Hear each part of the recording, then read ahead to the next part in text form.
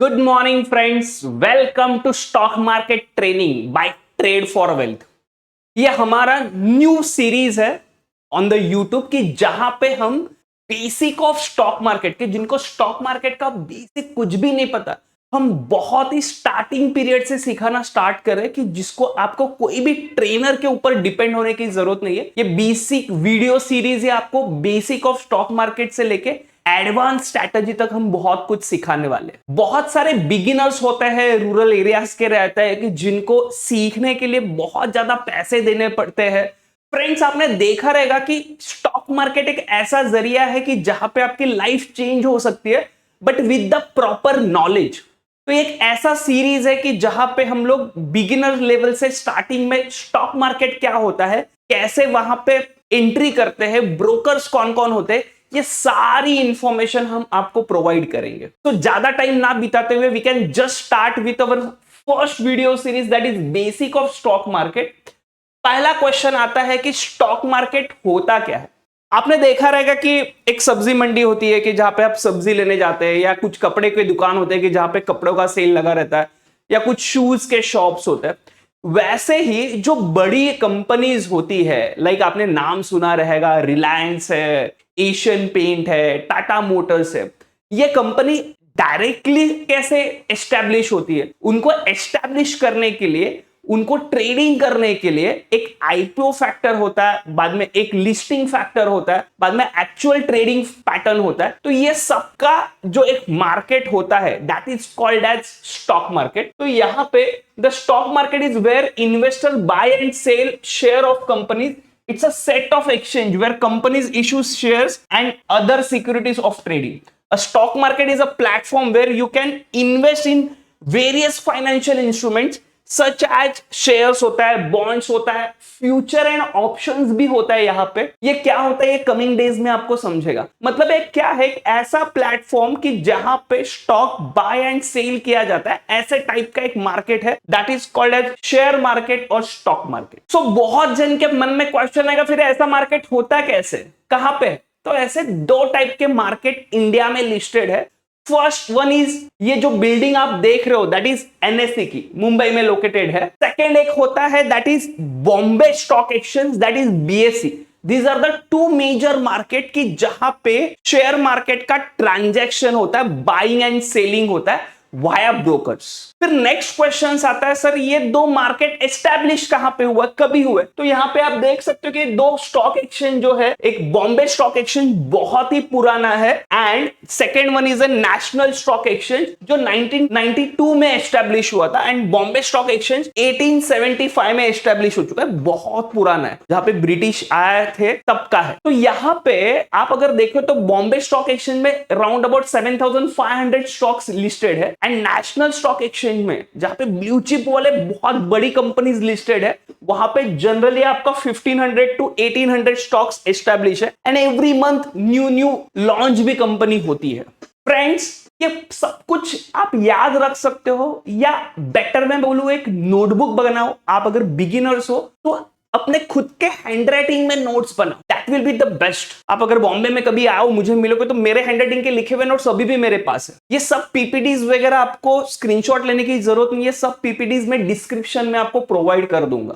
अभी आते हैं टाइप्स ऑफ शेयर मार्केट, ये types of stock market. There are two basically stock market के टाइप्स है। फर्स्ट है प्राइमरी शेयर मार्केट, एक होता है secondary share market. Primary share market मतलब कोई भी कंपनी होती है, उनको उनका एक बिजनेस एस्टैब्लिश करना है, उसके लिए कुछ फंड की जरूरत होती है, तो वो क्या करते हैं, अपना आईपीओ लाते हैं। वो IPO is nothing but the primary share market. ये अपना आईपीओ लॉन्च करते हैं। आपको पता रहेगा कि अलॉटमेंट होता है, जिनको आईपीओ लगा वो शेयर होल्डर हो जाते हैं, एंड उसके बाद में उसका लिस्टिंग होता है, कि जहां पे फिर सेकेंडरी मार्केट में बाकी जो लोग हैं उनको वो बाय और सेल कैटेगरी में ले सकते हैं। तो आपने बहुत बड़ा सुना रहेगा, बहुत बड़ा अपना आईपीओ था, पेटीएम का था, या रिलायंस का आया था बीच में। तो ये बहुत सारे जो आईपीओ होते हैं, वो लॉन्चिंग के टाइम सबको अलॉटमेंट मिलेगा ऐसे नहीं, कुछ फिक्स नंबर ऑफ शेयर्स होते हैं आईपीओ में। उसका अलॉटमेंट होने के बाद वो एक्चुअल स्टॉक मार्केट मतलब सेकेंडरी मार्केट में जो भी कुछ है लिस्टेड होता है कि जहां पे एक्चुअल ट्रेडिंग करना स्टार्ट होता है, मतलब actual buying and selling process चालू होता है, that is called as secondary stock market. या आईपीओ का listing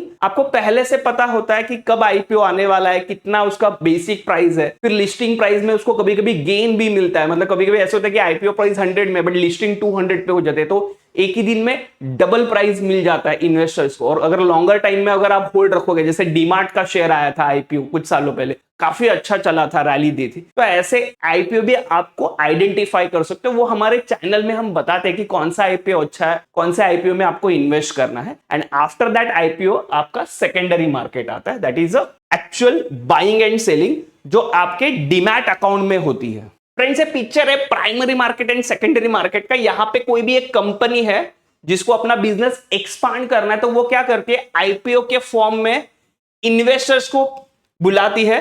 company sells to investor, this is in the form of IPO. एक बार आप आईपीओ का अलॉटमेंट होने के बाद ये जो भी कुछ इन्वेस्टर्स होते हैं वो अनदर इन्वेस्टर को, जो ordinary buying and selling platform होता है, वहां पे जाके वो अनदर इन्वेस्टर्स को बेचती है, और ये साइकिल चलते रहता है। तो कई स्टॉक्स प्रमोटर के पास आते हैं, कोई स्टॉक इन्वेस्टर्स के पास आता है, इन्वेस्टर टू अनदर इन्वेस्टर्स के पास जाते हैं, तो ये हैंड होल्डिंग ट्रांसफर होते रहता है, क्योंकि एवरीडे बाइंग एंड सेलिंग होती रहती है। बहुत जन का क्वेश्चन रहता है, सर ऐसा कुछ एक मार्केट है तो उसमें कुछ तो रूल्स एंड रेगुलेशंस तो होंगे, जैसे ट्रैफिक के रूल्स एंड रेगुलेशंस होते हैं, या नॉर्मल लॉ एंड के रूल्स एंड रेगुलेशन होते हैं, वैसे ही एनएससी और बीएससी के ऊपर एक रूल्स रेगुलेशंस होता है, दैट इज सेबी का, the securities and exchange board of India, that is called as SEBI. ये रूल्स एंड रेगुलेशंस लाती है। ये 1992 में एक्टिव हो गया, और अभी सेबी के रूल्स काफी एग्रेसिवली है। हर एक कंपनी में कुछ लीगल एक्टिविटीज चल रही है, इलीगल एक्टिविटीज होती है, उसके ऊपर मॉनिटर्स करना, या प्रमोटर्स कभी स्टॉक्स अपने डंप कर देते हैं। सर्किट के स्टॉक्स होते हैं कि जहां पे ऑपरेटर्स एक्टिव हो जाते हैं, तो ये सबके ऊपर नजर रखने के लिए सेबी, ये जो बोर्ड है, कुछ इनसाइडर न्यूज होती है, इनसाइडर टिप्स होती है, वहां पे कुछ इलीगल एक्टिविटीज तो नहीं हो रही है, ये सब मॉनिटर करने का काम करता है सेबी। तो दिस इज सेबी की बिल्डिंग की जहां पे सारे ऑपरेशंस कंडक्ट होते हैं। फिर बाद में आता है who are the stock brokers. ये भी सेबी के रूल रेगुलेशन के हिसाब से अरेंज किए जाते हैं कि जहां पे एक ऐसा प्लेटफॉर्म कि जहां पे बाइंग एंड सेलिंग का ट्रांजैक्शन हो वाया डीमैट अकाउंट और ट्रेडिंग अकाउंट। डीमैट अकाउंट मतलब जहां पे आपने कुछ स्टॉक्स इन्वेस्ट किए वो वहां पे होल्डिंग में होते हैं, और एक ट्रेडिंग प्लेटफॉर्म होता है कि जहां पे आप एक्चुअली बाइंग एंड सेलिंग कर सकते हैं। ये सारी एक्टिविटीज एक ब्रोकर होता है, वो ब्रोकर लिंक करके देता है एक्चुअल इन्वेस्टर्स और एनएससी के बीच में। ट्रांजैक्शन जो भी कुछ हो रहे हैं बीएससी के बीच में, वो वाया ब्रोकर के पास से होते हैं। फिर बहुत बड़ा क्वेश्चन आता है कि सर कौन सा ब्रोकर अच्छा है। अगर आप ऑनलाइन प्लेटफॉर्म अगर यूज करना चाहते हो तो सबसे यूजफुल जो ब्रोकर है वो मतलब जीरोधा नंबर 1 है इंडिया का, कि जहां पे बहुत सारे मैक्सिमम अकाउंट्स ओपन है जीरोधा में, एंड इसका ब्रोकरेज भी काफी कम है, 20 रुपीज पर ऑर्डर। बट यहाँ पे रादर देन ब्रोकरेज फ्रेंडली बहुत है, मतलब आप मैक्सिमम ट्रेडर से बात करोगे तो वो मैक्सिमम ट्रेडर्स इंट्राडे के लिए जीरोधा प्लेटफॉर्म ही यूज करते हैं। मैं पर्सनली भी जीरोधा यूज करता हूं, and official franchise partner also Zerodha and Alice Blue का। बोथ दी प्लेटफॉर्म्स काफी बेस्ट है। अगर आपको अल्गो ट्रेडिंग वगैरह करना होता है तो अलाइज ब्लू इंडिया का नंबर 1 प्लेटफॉर्म है। One of the investment point of view Kotak securities is also one of the best platform, कि जहां पे इंट्राडे का ब्रोकरेज ही फ्री है, आपको इंट्राडे में ब्रोकरेज नहीं है। तो यहां पे ये ऐसे ब्रोकर भी है, और कोटक एक ऑलरेडी एक ब्रांड है, तो आपको ब्रांड के साथ भी जाना चाहिए। यहां पे मैं एक ही बात बोलूंगा, यू ऑलवेज प्रीफर 2 अकाउंट्स, कि जहां पे एक आपका ट्रेडिंग प्लेटफॉर्म हो और एक आपका इन्वेस्टिंग प्लेटफॉर्म हो।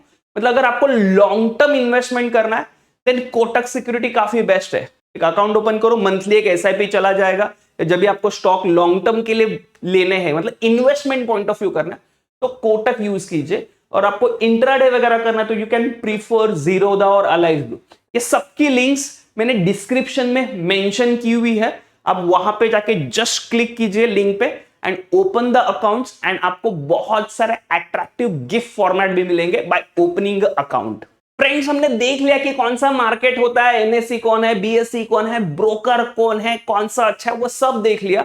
बट सर ये मार्केट ओपन कभी होता है, उसका भी कुछ टाइमिंग होगा? यस, ये मार्केट जो भी कुछ है एक्चुअल ट्रेडिंग के लिए 9:15 को ओपन होता है every day in the morning, Monday से लेके फ्राइडे तक। Saturday and Sunday 2 days holidays होते हैं एंड बैंक हॉलीडेज भी इंक्लूड किए जाते हैं। तो एनएससी का एक वेबसाइट होता है, वो वेबसाइट के पूरे साल के हॉलीडेज कौन से हैं वो ऑलरेडी डिक्लेयर किए जाते हैं। तो ये मार्केट है 9:15 to 3:30 तक। यहां पे एक प्री ओपन मार्केट भी होता है कि जहां पे ऑर्डर प्लेस करने के लिए एक प्लेटफॉर्म दिया जाता है जो 9:07 9:08 को ओपन होता है प्री ओपन मार्केट।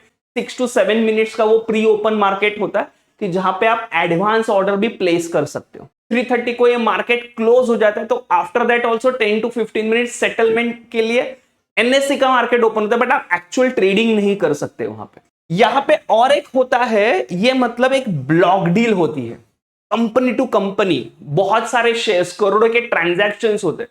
मतलब लेटर से भी कोई एक म्यूचुअल फंड है या कोई कंपनी है कि जिसको रिलायंस के 10 लाख शेयर खरीदने, लाइव मार्केट में ड्यूरिंग द मार्केट अगर वो 10 लाख का ऑर्डर अगर किसी ने प्लेस किया तो वो मार्केट का बहुत बड़ा फ्लक्चुएशन दिख सकता है, क्योंकि बायर्स और सेलर्स का गेम है। या एक्चुअल गेम कैसे होता है ये हम लोग आने वाले कमिंग वीडियोस में देखेंगे।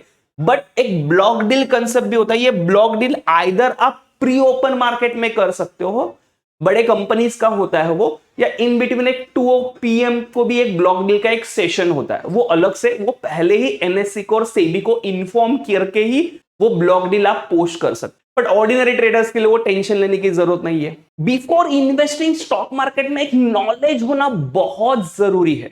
ये नॉलेज 2 तरीके का हो सकता है। एक होता है टेक्निकल एनालिसिस कि जिसमें हम आपको बहुत बड़ा in depth research free of cost देने वाले हैं, सारे नॉलेज सेशन टेक्निकल के ये पर्टिकुलर चैनल पे, तो बने रहिए, सारे वीडियो सीरीज आप देखिए।